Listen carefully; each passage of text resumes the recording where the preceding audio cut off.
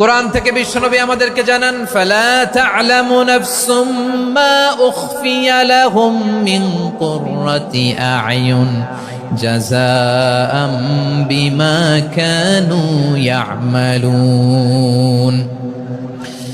মানুষের কর্মের প্রতিফল হিসেবে কত চমৎকার জান্নাত রব্বুল আলামিন নাজ নেয়ামত দিয়ে পরিপূর্ণ করে আমাদের জন্য প্রস্তুত করে রেখেছেন। পৃথিবীর কোনো মানুষ সেটা জানে না। পড়েন সুবহানাল্লাহ।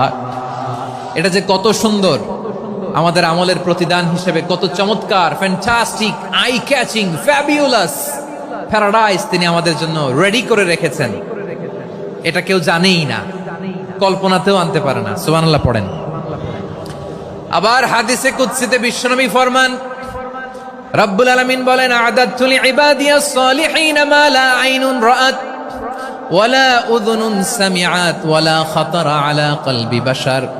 আল্লাহ বলেন, আমার নেককার বান্দাদের জন্য এমন চমৎকার জান্নাত আমি রেডি করে রেখেছি, মা লা আইনুন রাআত, কোন চোখ সে জান্নাতকে দেখে নাই, ওয়ালা উযুনুন সামিআত, কোন কর্ণকুহর সেই জান্নাতের আওয়াজ শোনে নাই, ওয়ালা খাতারা আলা কলবি বাশার, মানুষ কল্পনাতেও জান্নাতের ছবি আঁকতে পারে না।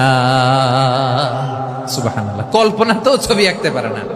পৃথিবীর যত বিখ্যাত বিখ্যাত ডিজাইনাররা আছে, সবাইকে একসাথে বসিয়ে যদি আমরা বলি জান্নাতে যে চেয়ারের মধ্যে আমরা বসবো, এই চেয়ারের একটা ডিজাইন করেন তো, কোটি কোটি ডিজাইনকে একসাথে করা হলেও জান্নাতের একটা চেয়ারের ডিজাইন হবে? প্রিয় সিলেট, আওয়াজ করে বলো, জান্নাতের একটা চেয়ারের ডিজাইন তারা করতে পারবে না। কেমন জান্নাতে